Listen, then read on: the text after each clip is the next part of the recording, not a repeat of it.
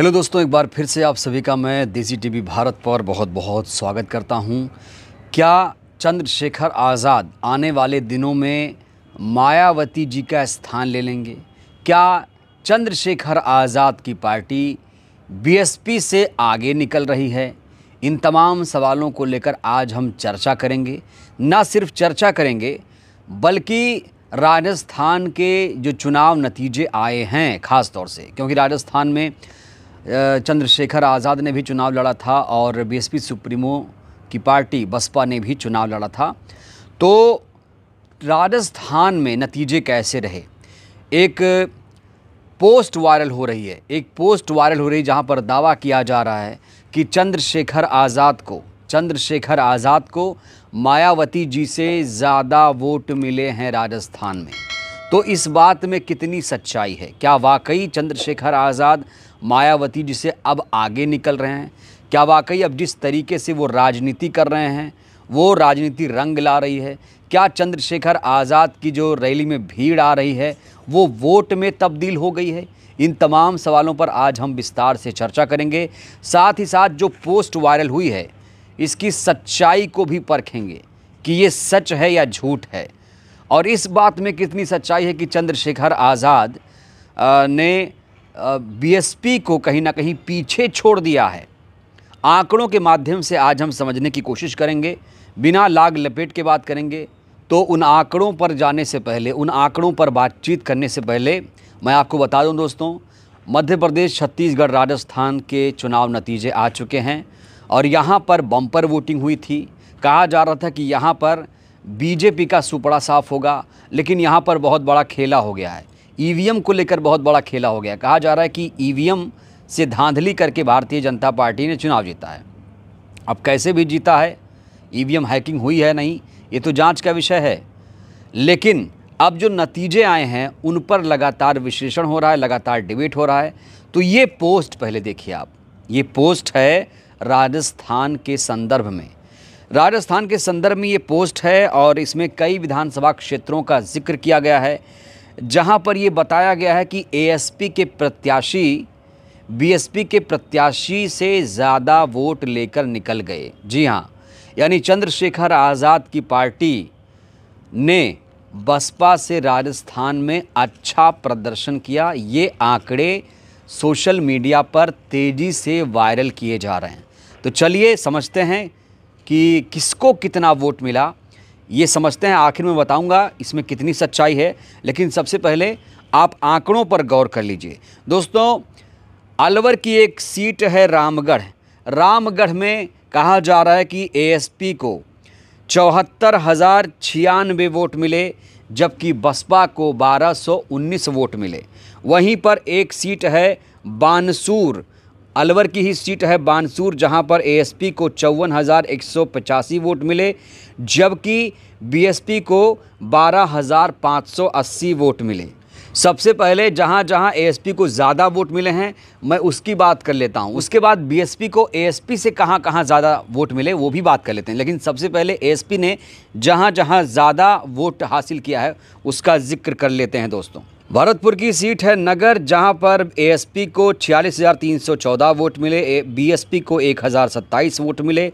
पाली की सीट है जैतारण, जहां पर एएसपी को 28,000 से ज़्यादा वोट मिले हैं, जबकि बीएसपी को 1,357 वोट मिले हैं। वहीं पर जयपुर की एक सीट है विराटनगर, जहां पर एएसपी के प्रत्याशी को 18,897 वोट मिले हैं, जबकि बीएसपी को मात्र 860 वोट मिले हैं। एक सीट है दौसा की महुआ सीट, जहां पर एएसपी को 14,000 से ज़्यादा वोट मिले हैं, जबकि बीएसपी को 2,000 से ज़्यादा वोट मिले हैं। दौसा की बात करूं तो दौसा में राधे श्याम मीना को 17,751 वोट मिले, जबकि बीएसपी को 1,742 वोट मिले हैं। तो इस तरह से इसमें दावा किया जा रहा है कि एएसपी जो है उसने यहाँ पर अच्छा प्रदर्शन किया है। अब बात कर लेते हैं कि बीएसपी ने कहाँ अच्छा प्रदर्शन किया, बीएसपी को कहाँ पर, किन सीटों पर एएसपी से ज़्यादा वोट मिले उसकी बात कर लेते हैं। लेकिन दोस्तों, इसको बताने से पहले मैं आपको यहाँ पर याद दिला दूँ कि बीएसपी को राजस्थान में 2 सीटों पर जीत हुई थी, जबकि एएसपी को कोई भी सीट नहीं मिली है। चुनाव में जीत हार बहुत मायने होता है। एएसपी को अभी कोई सीट राजस्थान में नहीं मिली है। बीएसपी को 2 सीटों पर जीत हासिल हुई है। मध्य प्रदेश में भी एएसपी को कोई सीट नहीं मिली है, किसी सीट पर जीत नहीं हुई है। दोस्तों, जयपुर की एक सीट है मालवीय नगर, जहां पर एएसपी को 142 वोट मिले, बीएसपी को 661 वोट मिले हैं। भरतपुर की एक सीट है नदबई, जहां पर एएसपी को मात्र 726 वोट मिले हैं, जबकि बीएसपी को 10,301 वोट मिले हैं। 12 एक ज़िला है, यहाँ का एक विधानसभा क्षेत्र है 12 अटरू। 12 अटरू में तो कमाल ही हो गया। 12 अटरू में एएसपी को 972 वोट मिले, जबकि बीएसपी को 978 वोट मिले हैं। ये भी दिलचस्प है। एक और लाडपुरा, कोटा की लाडपुरा सीट पर एएसपी को 976 और 917 बीएसपी को। ये दिलचस्प आंकड़े मैं बता रहा हूँ, लेकिन बीएसपी ने कहाँ पर अच्छा प्रदर्शन किया वो थोड़ा सा जान लेते हैं कि बीएसपी ने कहां पर अच्छा प्रदर्शन किया। तो धौलपुर में अच्छा प्रदर्शन किया है। धौलपुर में बीएसपी को 52,935 वोट मिले हैं, जबकि एएसपी को 1,822 वोट मिले हैं। एक सीट है सादुलपुर। सादुलपुर में बीएसपी को 64,368 वोट मिले हैं, जबकि एएसपी को 1,256 वोट मिले हैं। पाली की एक सीट है मारवाड़। मारवाड़ में बात करूं तो यहां पर एएसपी को 2,828 वोट मिले, जबकि बीएसपी को 7,084 वोट मिले हैं। तो दोस्तों, इस सूची के माध्यम से ये दावा किया जा रहा है कि बीएसपी से अच्छा प्रदर्शन राजस्थान में एएसपी का था। हमने आपको आंकड़े भी दिखाए। दोस्तों, एक ट्वीट है मुकेश मोहन का। इन्होंने ही इस सूची को ट्वीट किया है। इन्होंने क्या लिखा है, बहुत महत्वपूर्ण बातें लिखी हैं मुकेश मोहन ने।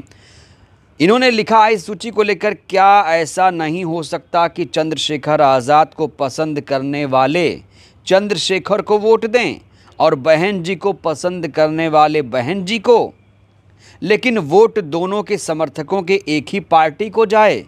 अगर ऐसा नहीं हो सकता तो दलितों राग बहुजन एकता अलापना बंद करो और राग दलित एकता की तरफ ध्यान दो।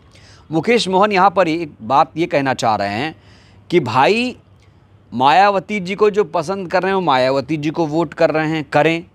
जो चंद्रशेखर को पसंद कर रहे हैं वो चंद्रशेखर को वोट कर रहे हैं। वो कह रहे हैं क्या ऐसा नहीं हो सकता कि वोट दोनों के समर्थकों के एक ही पार्टी को जाए। साफ तौर पर यहाँ पर मुकेश मोहन जी ये कह रहे हैं कि भाई, दोनों एक साथ हो जाएं तो कितना अच्छा रहेगा। साफ तौर पर मुकेश मोहन ने खुलकर तो नहीं लिखा है, लेकिन उनका इशारा साफ तौर पर यह है कि दोनों साथ में आ जाएं। दोनों जब साथ में आ जाएंगे तो बहुजन एकता मजबूत होगी। ये जो राग हो रहा है ना, राग बहुजन एकता जो आलाप रहे हैं लोग, इस पर बात करना बेईमानी है। अगर दोनों साथ आ जाते हैं तो जाहिर तौर पर जो मूवमेंट है वो मजबूत होगा। ये मुकेश मोहन जी की राय है। मुकेश मोहन जी चाहते हैं कि चंद्रशेखर आज़ाद और बहन कुमारी मायावती जी अब साथ में आ जाएं। दोस्तों, इस सूची की बात करें, जो सूची वायरल हो रही है, ये सूची एकदम सही है। इस सूची को मैंने चेक भी किया है। ये सूची एकदम सही है। ये आंकड़े एकदम सही हैं और इन आंकड़ों में कोई हेरा फेरी नहीं की गई है। जहाँ जहाँ कहीं कहीं चंद्रशेखर को ज़्यादा वोट मिले, कहीं कहीं बीएसपी सुप्रीमो को ज़्यादा वोट मिले। मैं फिर कह रहा हूँ, बीएसपी ने यहाँ पर 2 सीटें जीती हैं, चंद्रशेखर जी को कोई सीट यहाँ पर नहीं मिली है। तो आपको क्या लगता है, क्या चंद्रशेखर आज़ाद और बीएसपी सुप्रीमो को 2024 में साथ आ जाना चाहिए, जैसा कि इशारा कर रहे हैं मुकेश मोहन जी? आपकी इस पर क्या प्रतिक्रिया है? अपनी कीमती प्रतिक्रिया आप लोग ज़रूर दीजिए। वीडियो को लाइक करिए, चैनल को सब्सक्राइब करिए, कमेंट करना मत भूलिएगा। वीडियो को जन जन तक पहुँचाइए, जिससे देश की जनता जागरूक हो। शुक्रिया।